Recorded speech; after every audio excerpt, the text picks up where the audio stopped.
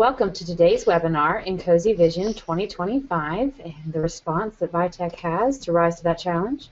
My name is Katie. I'm the Communications Manager here at Vitech, and I will be your host during today's webinar presented by Zane Scott. Zane is our Vice President of our Professional Services and Training Organization. For the past 25 years, he has built a skill set which enables him to provide insight and guidance to individuals and companies as they improve organizational processes and methodologies across their organizations. He has also taught systems engineering methodology in the practical process context in a variety of settings.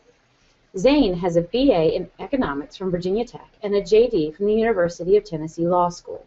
He completed his postgraduate work in business administration and educational counseling. Zane is a member of the American Society of Training and Development and the International Association of Hostage Negotiators. Before Zane gets started, I have just a few housekeeping items. We will be answering questions today at the end of the webinar. Please send your questions in as soon as you think of them through the question tab on the webinar control panel. Zane will answer as many questions as he can today, but if we cannot get to your question, we will reach out to you after the webinar. Our webinar is being recorded today. If you experience any connection problems during the live presentation, a recording will be available within 24 hours of the live version. The recording will be published to Vitech's webinar archive located on our website. I will send out the link in our chat window, which you can find in your webinar control panel. I'll now turn the presentation over to Zane. Welcome, and thank you for joining us. Hello. Thanks for taking your lunchtime today, if it is actually your lunchtime, to join us, and we're happy to have you here with us today for this webinar, which for me is a little different kind of a webinar. Generally, my webinars are in the teaching area and don't have lots to do with Vitech specific content, but today we're going to talk about Vitech along with our subject. So with a happy St. Patrick's Day greeting, and I'm confident that everybody out there is wearing green, we'll move ahead into the webinar.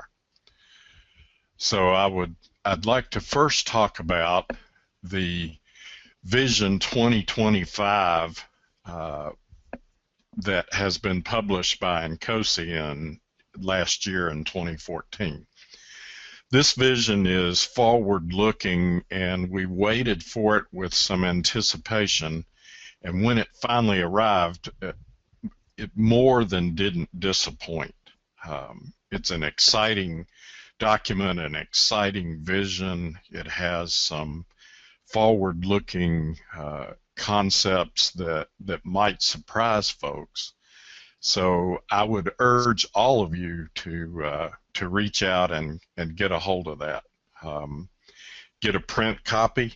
It's a beautiful document in addition to being a very valuable one. Get the copy that's available on the INCOSE website in PDF version and glean the value from it. If you're going to get a print copy, get one for you and get some for your colleagues as well, because I think you'll both enjoy and profit from looking at it. That vision statement begins by setting systems engineering into a global context. And it's a universal context in the sense of it begins with human needs. Our human needs, our basic needs for welfare, for food, for shelter, for safety. For those of you familiar with Maslow's hierarchy, that big base of Maslow's pyramid, those needs drive societal needs, and society organizes itself around supplying those needs and gathering those needs together. So at the societal level, that translates into health systems and security systems and educational systems. And all of this organization demands systemic and particular systemic solutions to problems. So we have natural resource management and energy and transportation and food management and information management. So as you can see, rapidly our basic human needs are translated into societal needs and on into specific system needs. And everywhere there's a system, which it's clear from the report and clear to even the most casual observer, that means everywhere. But everywhere there is a system, there's a need for systems engineering. Whether we recognize it or not, whether other folks recognize it or not, we and they all do systems engineering. The choice is not whether or not to do systems engineering. The choice is whether or not to be intentional about it and to be good at it. This is the cover of the report, which is subtitled A World in Motion. As I said, it's a rich report. What I want to do today is give you a flavor for the report. It's certainly not a comprehensive treatment. There's no way within the bounds of an hour-long webinar that I could possibly give you anything approaching a comprehensive treatment of all of the value that's here to be had. But I think I can give you a flavor for it. Now we want to go beyond that, and that would kind of be the scope of my usual webinar. But today I want to venture a little further than I usually do. Here at Vitech, we feel that we are positioned with this world in motion to move into the future. So we are proud of where we are, and we're proud of our position as we begin to move into the future, and I want to share that with you. So I'm going to be a little more commercial, a little more Vitech oriented than I usually am, and we'll just understand that up front. The report begins basically by laying out some imperatives that are imposed on us by the future, by the nature of the future coming. The report does a good job about talking about what that future is going to look like from a systems engineering perspective and lays out some imperatives. There are 6 imperatives that it treats, and these are the 6. We'll talk about each in turn. Now, the order to talk about them was problematic, and I played around with the different ways that I might present these. And the basic discovery here, the basic principle that's at work here, should be no surprise. It should be no surprise to me or to you. And that is that all of this is interdependent. So we're talking about systems, and we're talking about systems engineering. So, wonder of wonders, everything that we're going to talk about is interdependent. So there are going to be some concepts that I may present at different points, and just be aware that I've struggled with the order to present them. So we may do a little forward and back with conceptually as we go, which reflects the nature of systems and the nature of these interdependent issues.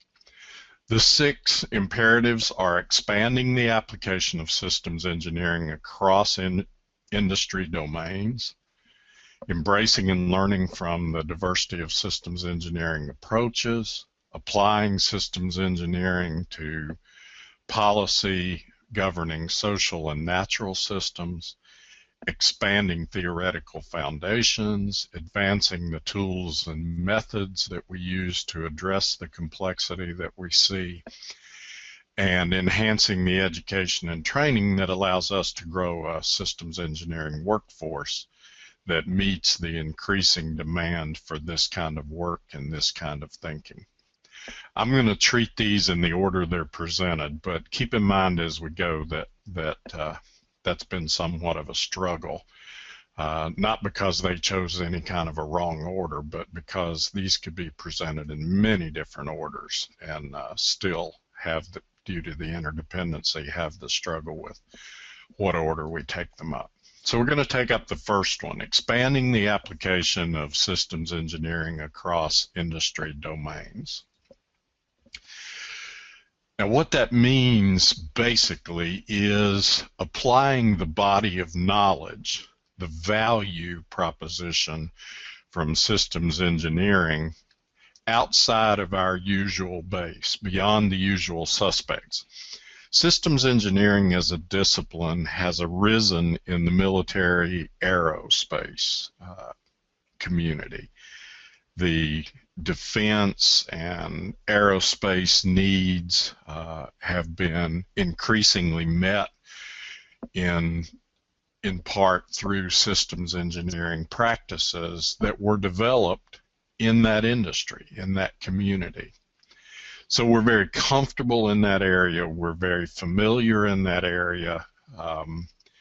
We can talk about systems engineering within that community with some common understanding back and forth, although I'm sure we could all point to examples where we don't have common understanding between practitioners, and stakeholders, etc. But we have a great common body of knowledge that's grown up in that area.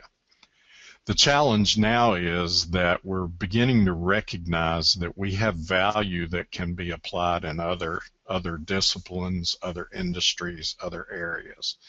The report singles out biomedical, automotive, and transportation as three areas that we've moved into to a greater or lesser extent.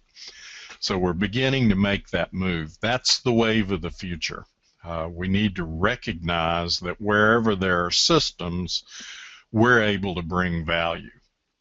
And we can do that by applying our body of knowledge. But it's going to be necessary to do some translation work. Systems engineers in all of these areas are present, but they're not necessarily called systems engineers. And the report goes into a number of the different names that are given to systems engineers in different disciplines. But there's not a choice whether or not to do systems engineering. So in any and all of these areas, systems engineering is being done. Sometimes it's not intentional. Most of the time it's not called out as such, but it does have to be done because it's a process of designing systems and system solutions. Now at Vitech we understand that. We understand that need to expand our footprint into other industries, and we have done it in a variety of settings, from diamond mining to designing the drilling equipment that it takes to extract oil and gas. So we have ventured out into different areas. As a part of that process, we have come to know that it's necessary to understand the industries that we're venturing into. So when we're doing work in an area outside mil-aero, we know that we have to look at that industry, and in particular, we need to look for common challenges. What sorts of systemic solution challenges are being faced in those areas of discipline? How can we help? How can we bring our knowledge to bear on those areas and help them to address those challenges? The challenges have other names when you move from area to area, but a lot of them are simply the common challenges from designing system solutions that you find at good old home base, or at the first place you expanded to, or across the board as you work. We also have a methodology that is sufficiently grounded to be flexible, and that's helped us as we've looked at other areas.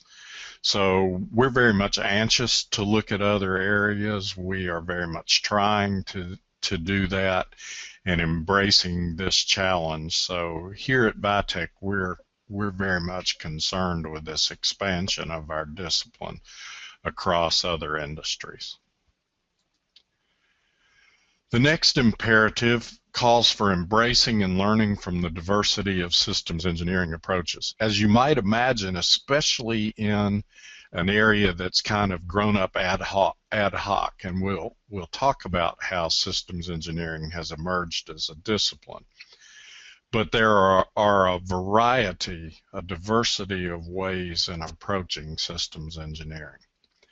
And the report talks about the necessity from, rather than getting into doctrinal wars over the merits of this approach versus the merits of that approach, how we can embrace and learn from the diversity of systems approaches.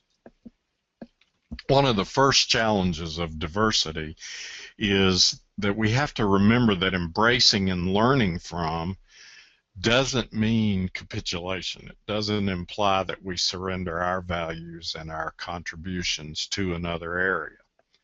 Very often, that's what it devolves into. The area that's probably most solidly before us is the area of the systems engineer and the software engineer.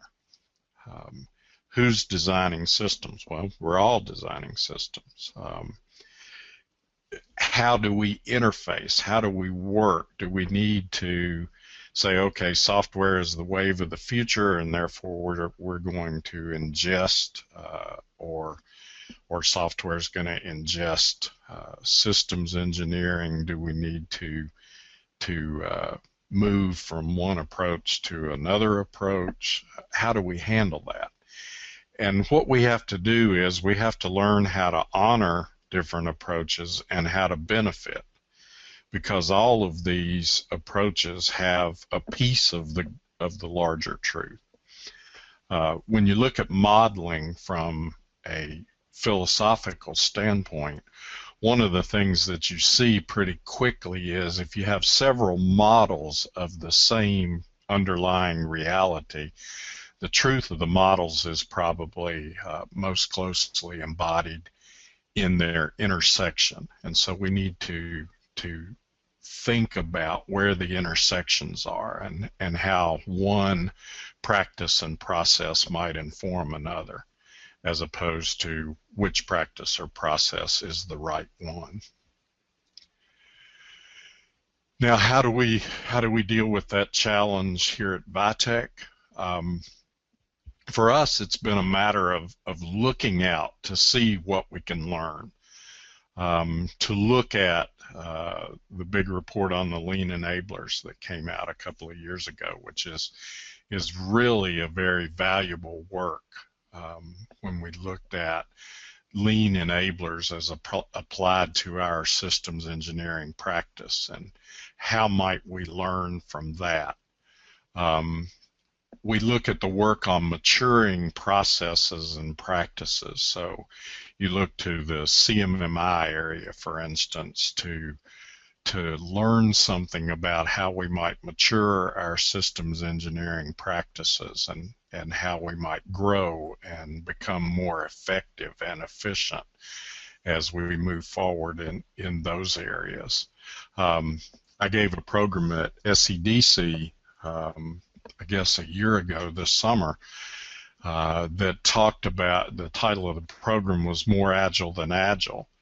And what I did was take the Agile principles underlying the Agile Manifesto and ran them against our methodology and looked to see how well our methodology fit and where we needed to learn things and where our practices fit in. And not surprisingly, if we really sit down and think about it, they came out to track very, very well.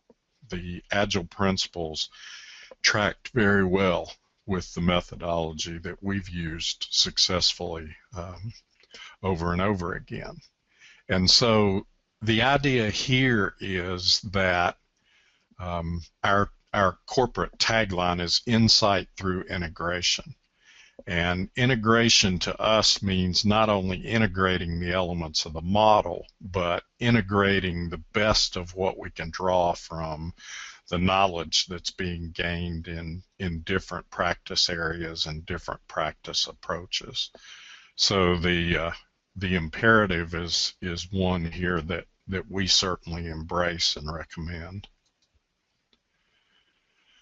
The next imperative is that we're going to be needing to apply systems engineering to help shape policy related to social and natural systems.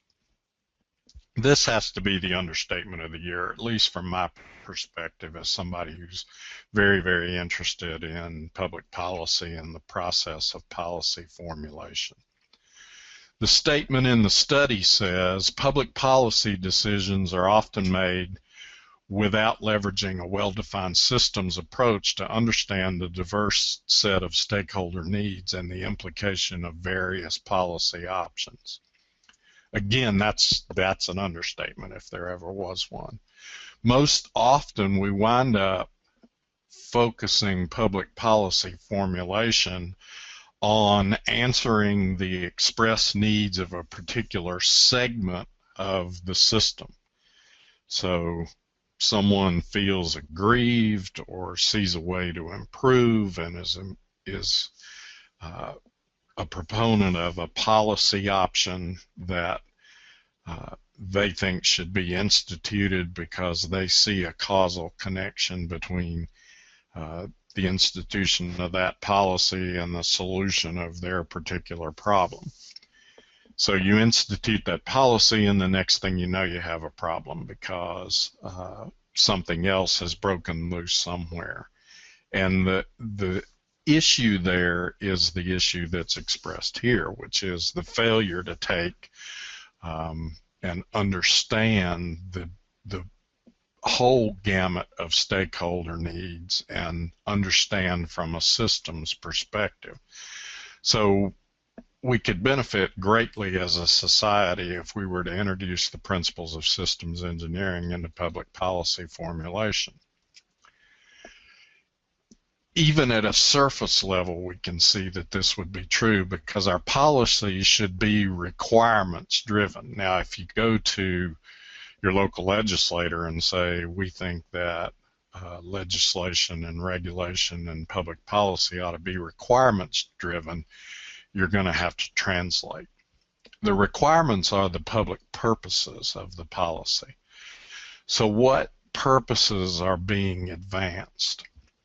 How are they being handled? Those become your requirements that drive the policy that you're going to institute. And how can you avoid unintended consequences? The answer to that is that you have the public purpose drive the statutory scheme, which then frames the regulatory structure, and you're able to avoid unintended consequences because you're beginning at the systems level. So for example, and this is way oversimplified, but I think it provides a kind of a ripped from the headlines. The provision of veterans health care. When we think about how we do that, we can set up requirements. We can say, okay, if a veteran applies for needed health care, then I want them to have that health care within a defined period of time. In other words, we're setting a speed requirement, a performance requirement on the provision of those benefits that they're entitled to. The volume, the fact that the Vietnam era veterans now are my age and older, so everybody's over 60 now, that means our health care requirements are going to jump up. Combine that with the longest war that we've experienced in the history of our country, our longest set of wars and conflict, and the acute needs that are coming out of those conflicts add up to a large volume that we have to deal with. And through all this, we have to maintain a quality that is worthy of the dignity of the service and sacrifice of the folks that we're going to provide it to.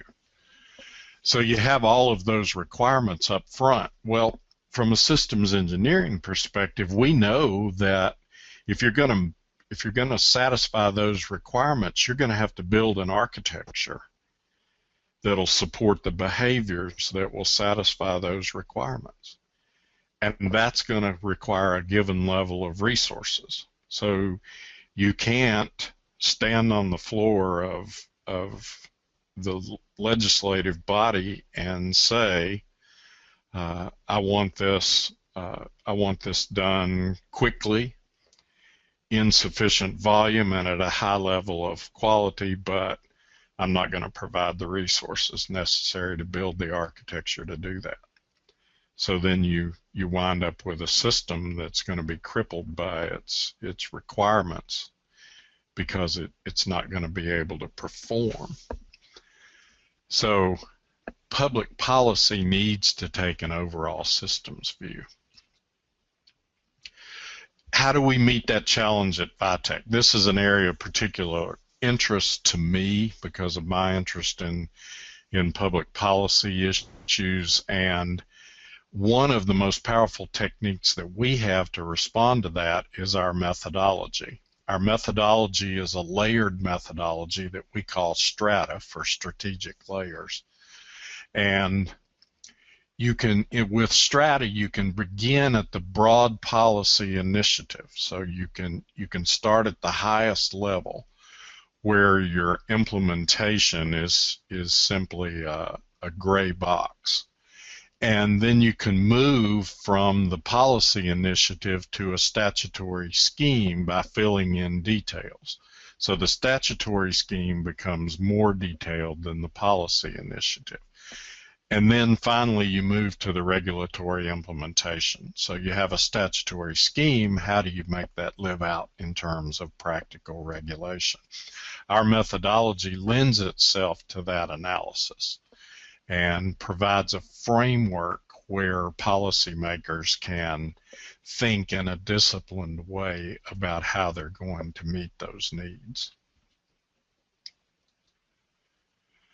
The fourth imperative has to do with expanding the theoretical foundation for systems engineering, and I considered moving this all the way up to first because I think you'll see that a lot of how we solve the rest of this turns on what we do with this particular imperative.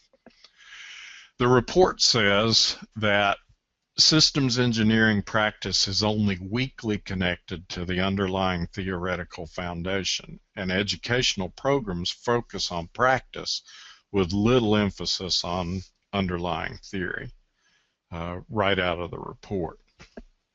Why is that so? Well, it's so because basically systems engineering has been built on experience. It wasn't built on a theory that was then translated into practice. It was built on experiences which were then translated into heuristics, which had proven themselves in the problem-solving process. And the heuristics were gathered together and start to form the ground of our practice. Research now is beginning to observe the collection of practices and heuristics and to look backwards toward principles and foundations. One of the biggest benefits of this kind of a move is that it's going to start to give us shared ground with other systems disciplines. It's going to allow us to talk back and forth and to learn back and forth with other systems disciplines and to develop a broader foundation. So what does that mean practically? Higher salaries for professors, that's probably, might be a result, but it's probably not the one we're after. We're after something practical that we can use. Well, let's look at the kinds of conceptual clashes that we have. The problem manifests itself, for instance, when you try to move systems engineering out of the military-aerospace where everybody knows, or at least says they know, what everybody else is talking about, and into another area. it's not that the problems and solutions in the other area are animals that are foreign and can't be understood or recognized. It's that the conceptual framework labels them differently. So if you're moving into healthcare, you're dealing with medical protocols, you're dealing with all sorts of medical issues, and you're advancing toward them talking in terms of relationships and verifications and links and triggers and interfaces. So we have difficulty, A, speaking the language, but beyond that, matching the concepts. So as we approach a different discipline, be that even another systems discipline or a different industry, we find that the practices within that industry are built on concepts, and our practices are built on concepts, but even when those concepts are the same, we're divided from them because they're labeled differently. So we have difficulty understanding the conceptual framework of another practice or another industry. So what's the answer to that? The answer to that lies in the foundation, because when you get into the theoretical foundations, then you begin to get to the level where you can match concepts. So you can understand that the concept of behaviors and functions is alive and well in another discipline. That one's pretty obvious. But even some of the more subtle interfaces and links, etc., you find alive and well, but not labeled that way, and not necessarily thought of in the same way that we think of them within the discipline of systems engineering. But it's in taking our language and our conceptual framework to the level of a theoretical foundation that we can begin to move back and forth and to truly expand and help other areas. Here's a simple example. We can approach this doctor and say, "Doctor, you need to let us help you because we can verify your system architecture against your requirements." She's greeting that. I searched around particularly for a greeting that didn't look particularly inviting, so the latex gloves and the syringe probably is not a very inviting reaction to that kind of a statement. But imagine if we can approach that same doctor, that same healthcare provider, and say, "We can help you achieve your desired therapeutic outcomes." Now, in both of those, what we're talking about is verification against your requirements. The second statement talks about it in terms that will resonate with the healthcare provider, with the doctor here, because she's going to recognize a need to meet what we would call her requirements. So the key to establishing a value proposition is that we have to find a way for the stakeholders in a different area to understand that value proposition. And that comes through that translation and concept matching that's possible when we have a theoretical foundation that we can use. So how are we entering into that challenge here at Vitech? Well, at Vitech we have a particular schema for dealing with this that's been developed over many years, beginning back in the 60s with Jim Long's work at TRW and the subsequent work and thought of a number of people. That's resulted in a particular schema within which we can solve these kinds of problems. The schema is built on our experience and knowledge and carries the rigor and the discipline of the problem-solving process and methodology with it. That schema becomes powerful because it's powerful enough to be flexible. Now, the temptation when we get into another area is for somebody to say, you know, I have my own particular problems. My warts are not like anybody else's warts, and so what I'd like to do is to change the schema. But the schema is solid enough that it doesn't really need lots of changing. What we found is that it's particularly powerful because with an understanding of the new domain, the new industry, the new discipline, we found that we can provide an aliasing that goes over the schema, and the schema can preserve the discipline and rigor and the knowledge and experience without major changes to it, but it can operate in a way that's recognizable in the new area because they see it through the aliasing that's applied over the schema. So that flexibility and that knowledge base, the discipline and the rigor based on our experience over several decades allows us to embrace that challenge. Advancing the tools and methods to address complexity is the fifth imperative. So we are beginning to experience problems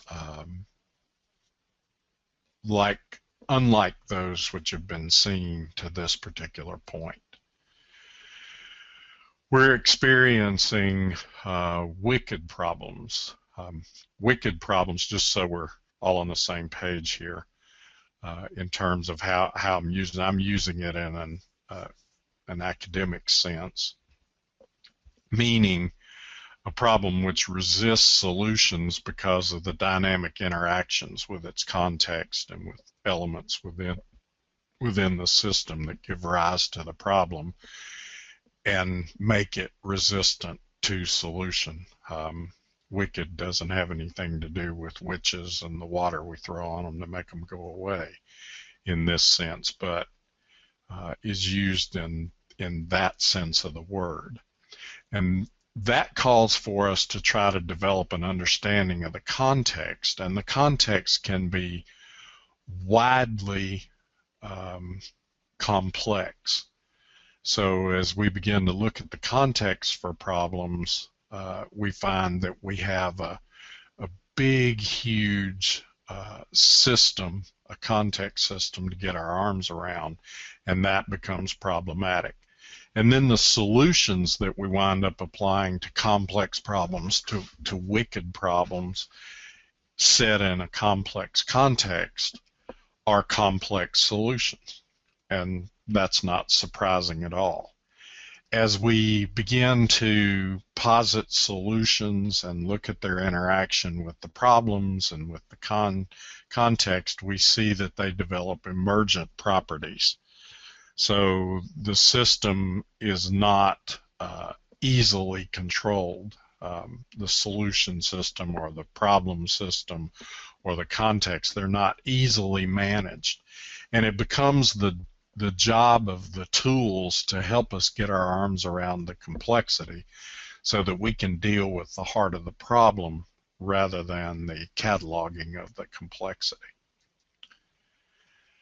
And at Vitech, we embrace that challenge and meet that challenge with the discipline of our method, with the strategic layers of strata, and the power of the tools.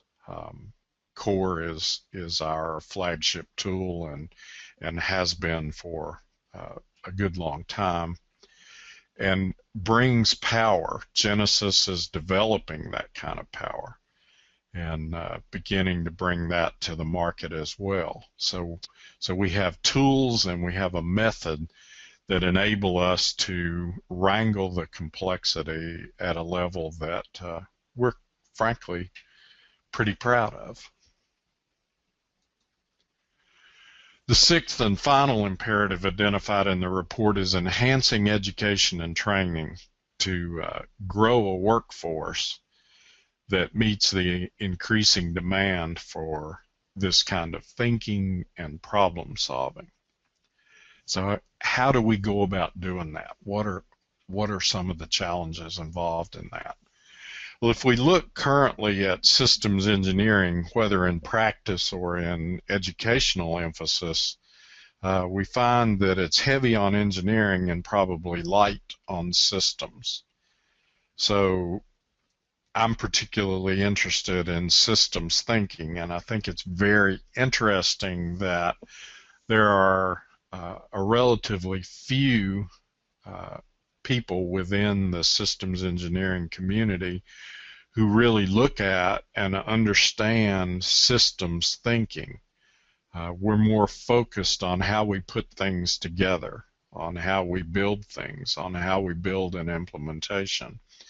And that's our focus rather than on understanding the systems concepts involved. So one of the things that we need to be mindful of is that systems engineering is a two-word label, and that we need to give some balance to that. A word of caution here: we tend to run off quickly and advocate for STEM education. And STEM education is important: science, technology, engineering, and mathematics.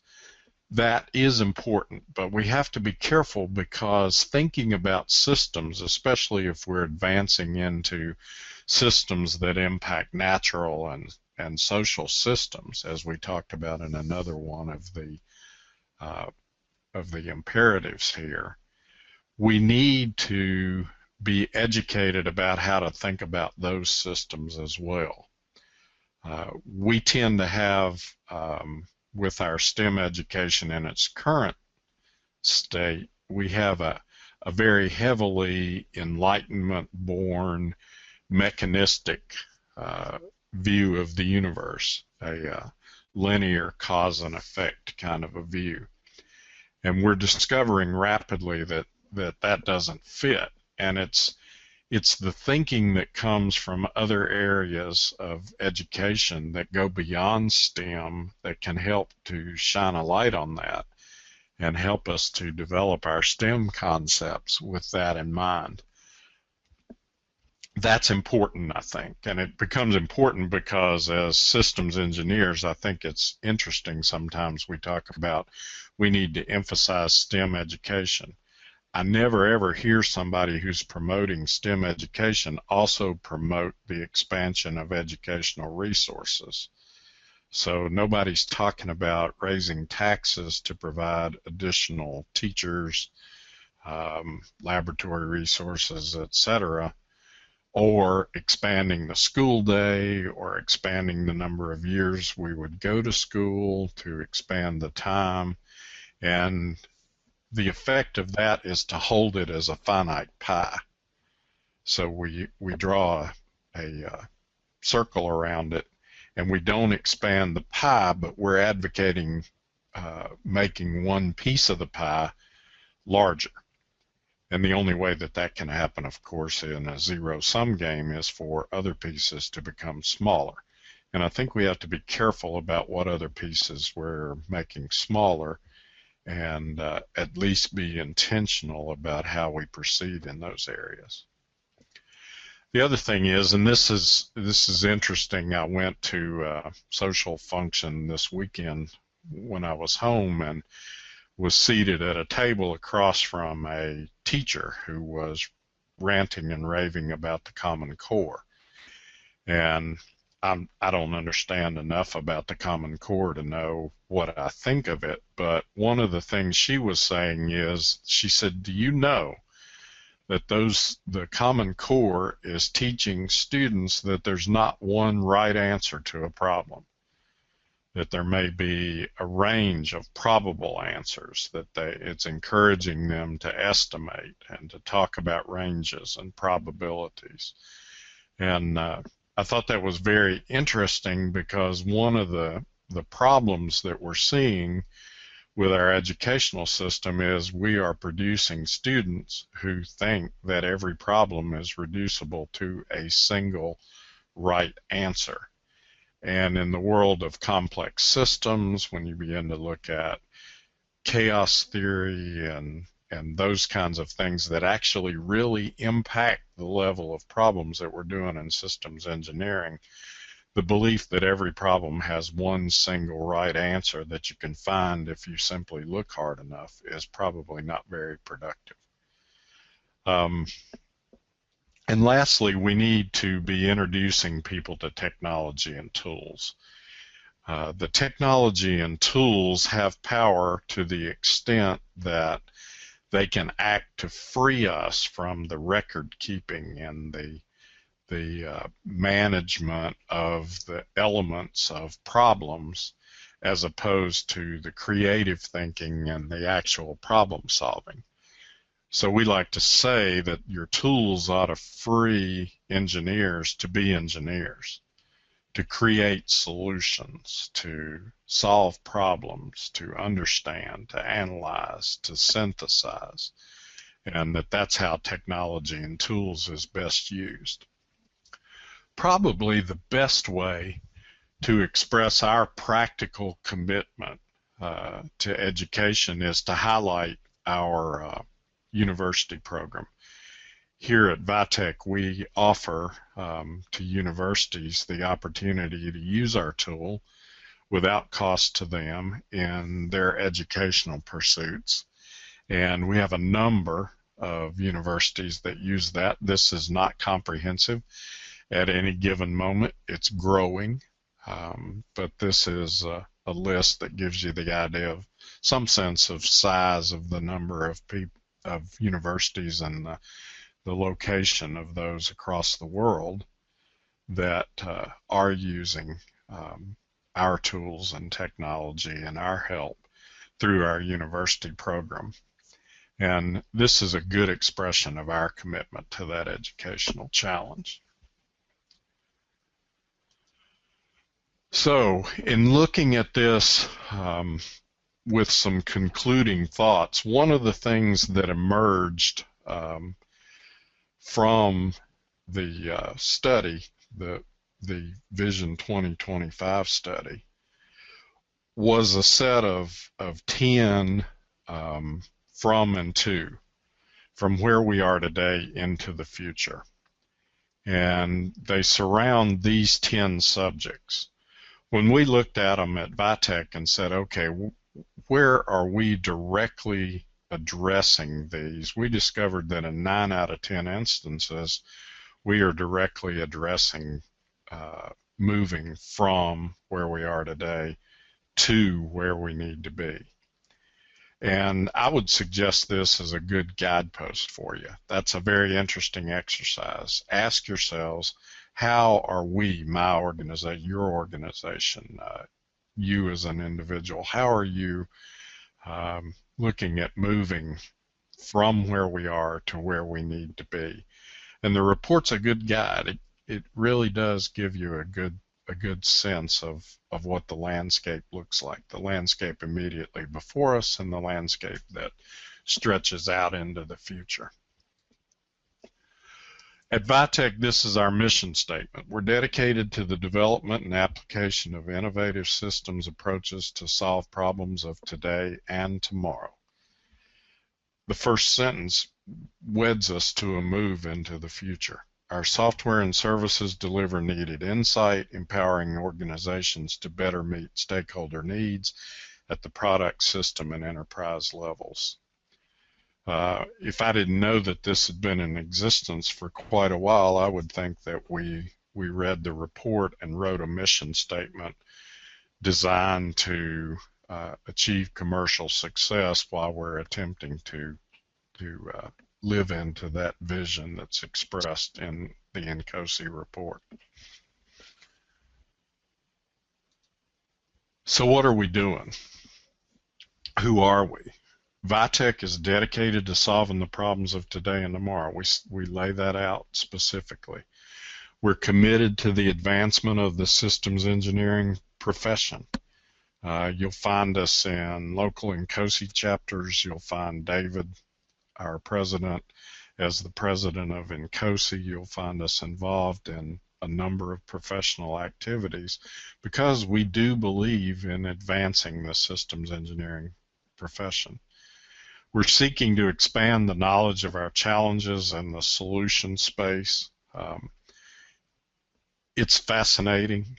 and I really like having a job in an area where the knowledge base is growing and expanding, and I'm being challenged every day to grow and expand with it.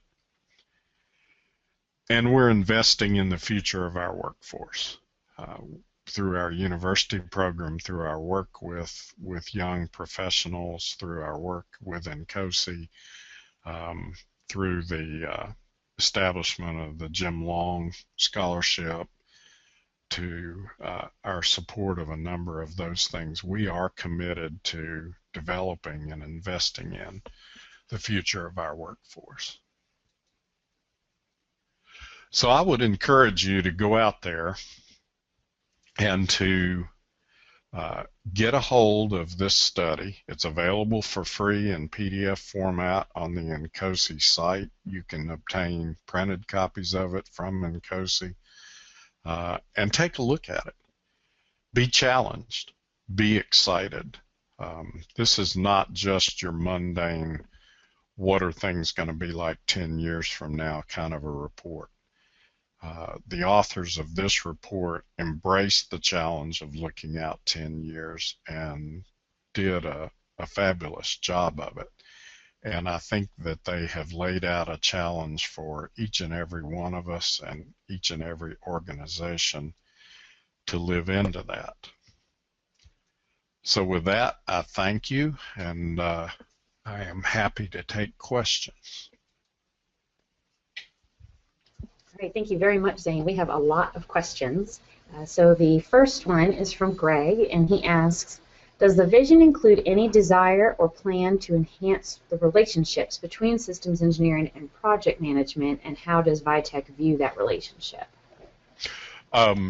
That's talked about in the vision document, and we think that that is really very important. My background in coming to Vitech and coming into this practice was a process background that focused mainly around project management and enterprise business processes. We think that's super important, and we are working every day in the development of our tools to be able to connect and to integrate those concepts in. So yes, that's a priority for us, and it's addressed in the report as well. And I think that's a very, very important area, because it's not just the solution, but the quality of the solution rests on the quality of the management of the processes that produce it. All right, thank you. The next one, does Vitech consider a system to be the thing deployed, or is it the result of installing that thing in an existing thing? Does that make any sense for you? Yes, and the questioner can correct me if I go off in the wrong direction here, but we teach that there are always three systems involved anytime you're designing a system. So you have the system of interest, the thing that you're going to design and deploy. And that's deployed into a context that it's going to go and live in. And it's going to become a part of another system, whether it becomes a part as a subsystem or as an independent actor, or I guess there's no such thing as an independent actor, but an actor within a set of interdependencies. And then thirdly, there's the system of the process which you use to design it. So there are those three systems. Now, that's really similar to and is expanded on very eloquently in a paper called The Seven Samurai of Systems Engineering. That's available on the internet. You can research that. It's a paper written by James Martin, and I would commend that to you. He takes that and expands it into 7 different systems and talks about what happens in the context before and after the deployment of the solution. So yes, we recognize systems well beyond the system of interest, if you will. All right, next one from Jack.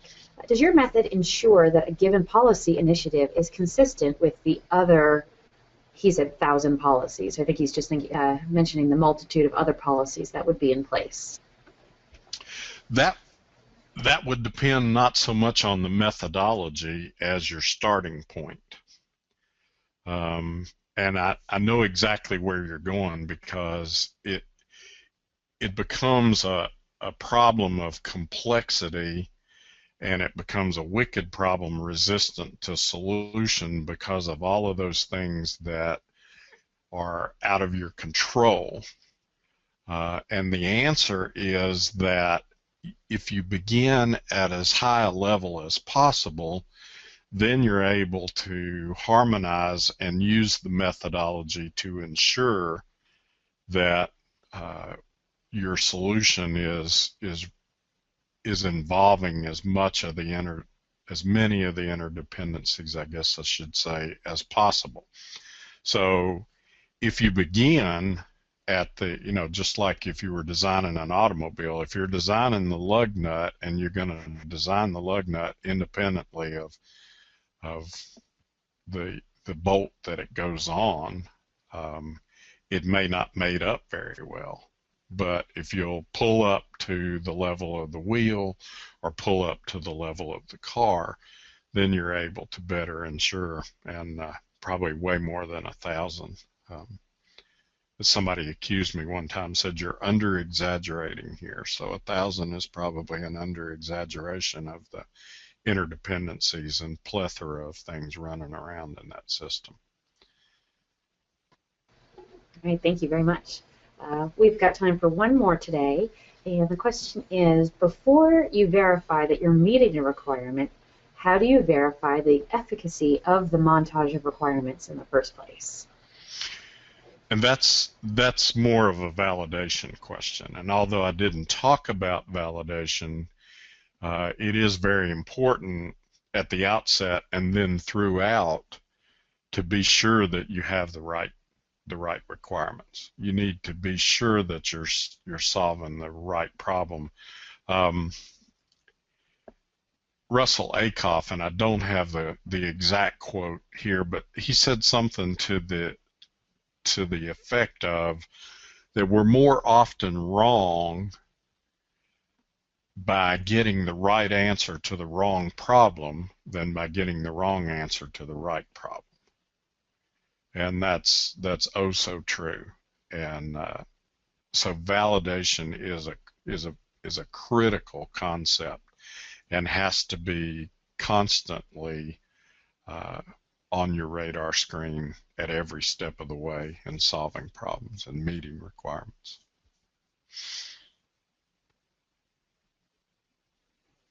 All right, well, thank you very much. There are a few more questions that are on there. If we did not get a chance to get to your question today, I will get those over to Zane so he can reach out to you and get those questions answered.